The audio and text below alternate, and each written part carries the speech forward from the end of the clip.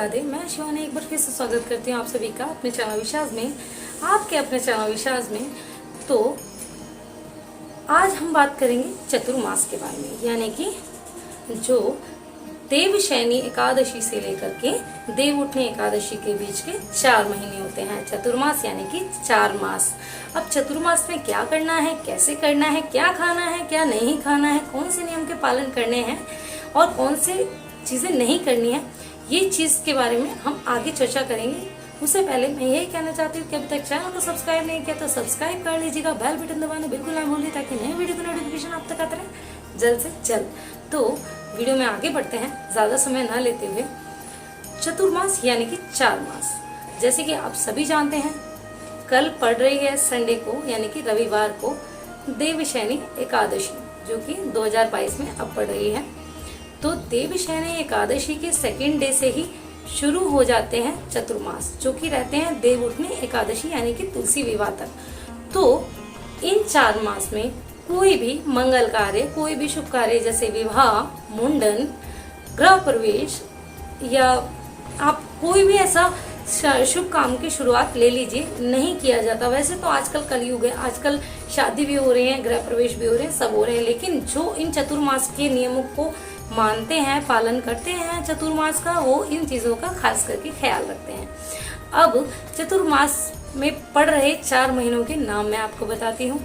पहला मास है सावन, दूसरा मास है भादो का महीना यानी कि भाद्र, तीसरा मास है अश्विन मास, चौथा मास है कार्तिक मास। तो इसमें आपको क्या पालन करना है और क्या नहीं, ये भी मैं आपको बताती हूँ। आपको क्या खाना है, क्या नहीं खाना, ये भी मैं आपको बताती हूँ।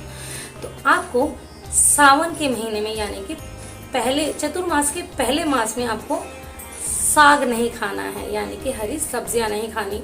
माना जाता है कि सावन के महीने में, ये जो साइंटिफिक रीजन मैं आपको बता रही हूँ, माना जाता है कि सावन मास में, जैसे कि आप सभी को पता है कि कीड़े मकोड़े निकल जाते हैं, तो वैसे ही साग में कीड़े मकोड़े आने का डर रहता है, यानी कि वो दूषित हो जाते हैं।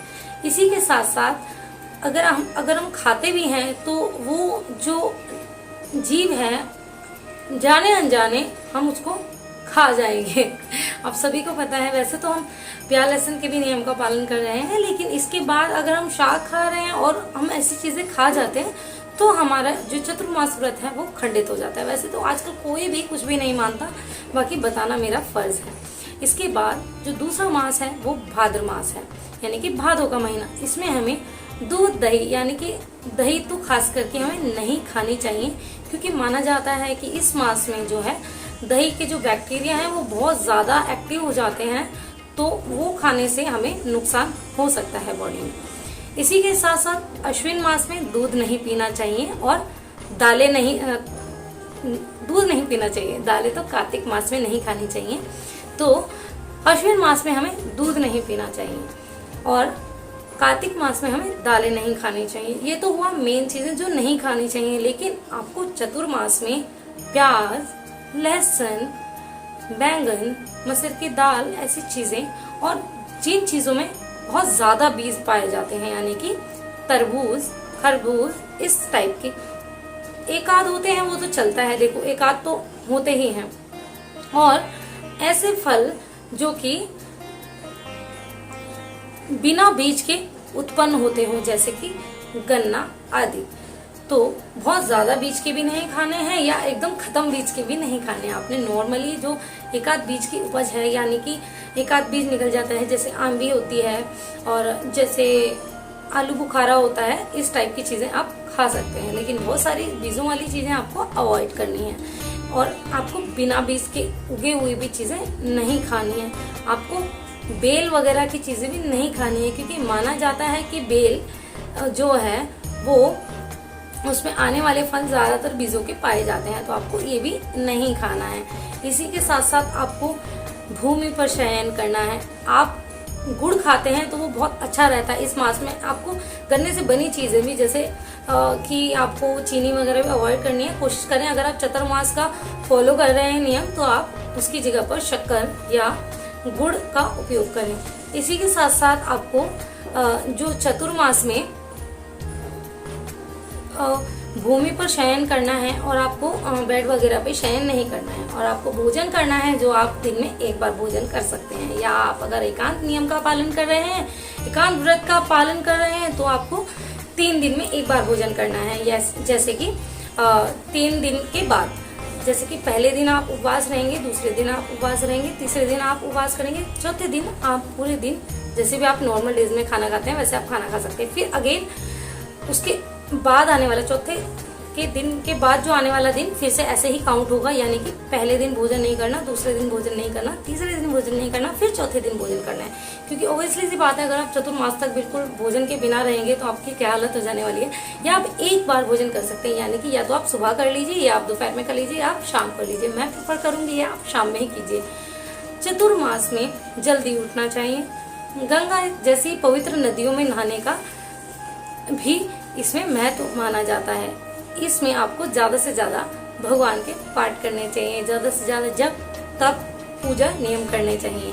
इसी के बाद आपको मैं बता देती हूँ, अगर आप चतुर्मास के नियम का पालन कर रहे हैं तो आप जो भोजन करेंगे वो जैसे कि किसी पत्तल पे करेंगे। और पत्तल का मीन्स ये नहीं है कि आप डिस्पोजल लाके उसमें खाने लग जाएंगे।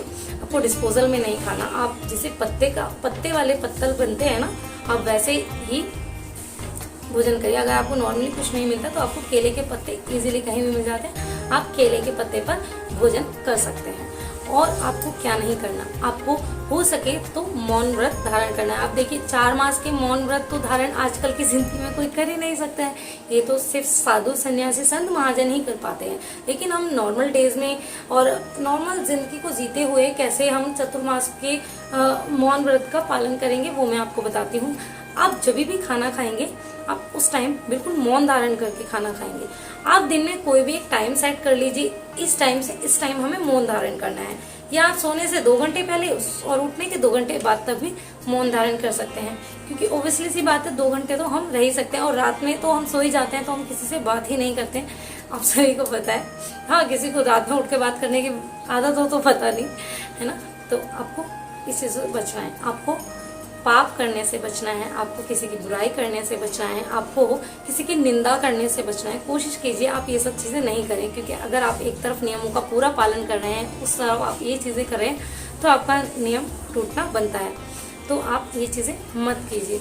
और चतुर्मास में जो जैसे कि मंगल कार्य रोक दिए जाते हैं सभी देव शयनी के बाद से, वैसे ही देव उठनी यानी कि तुलसी विवाह के साथ साथ विवाह आदि के कार्य फिर से स्टार्ट हो जाते हैं। माना जाता है कि देव उठनी एकादशी पर कोई भी मंगल कार्य करने से पहले कुछ भी नहीं सोचना होता। अब ऐसे ही इन महीनों को डिवाइड कर दिया गया है। मैं आपको बताती हूँ, जैसे कि विष्णु 4 महीने के लिए पाताल लोक में शयन के लिए चले जाते हैं देव शयनी एकादशी पर, तो तभी पहला महीना जो सावन का महीना होता है वो भोलेनाथ संभालते हैं। दूसरा महीना जो होता है वो हमारे कृष्ण कन्हैया संभालते हैं। तीसरा महीना हमारे गणपति जी संभालते हैं, और क्या नाम है, माता रानी। इसी के बाद फिर से जो कार्तिक मास का महीना होता है वो ये सभी मिलकर संभालते हैं। तो इस तरीके से बताया जाता है। तो कार्तिक मास में तो आपको पता ही है दीपदान वगैरह का बहुत नियम है, लेकिन आप चतुर्मास में भी चाहें तो दीपदान कर सकते हैं। वैसे तो कार्तिक मास का ही ज्यादा कहा जाता है कि आपको दीपदान करना चाहिए, पूजा नियम करना चाहिए। इन महीनों में आप किसी भी पवित्र ग्रंथ को पढ़ने की स्टार्टिंग कर सकते हैं। उसी के साथ साथ आप इस महीने में जो कि नॉर्मली आप जब तब अगर स्टार्ट करना चाहते हैं तो वो आप कर सकते हैं, अभी तक आप अगर नहीं कर रहे हैं तो ये थी चतुर्मास की जानकारी। आशा करती हूँ आपको अच्छी लगी होगी, और अगर इसके बाद भी कुछ छूटा है तो उसके लिए मैं माफ़ी चाहती हूँ। मैं शिवानी फिर से मिलती हूँ एक नई वीडियो के साथ, तब तक के लिए इजाज़त चाहती हूँ। श्री कुंज बिहारी, श्री हरिदास।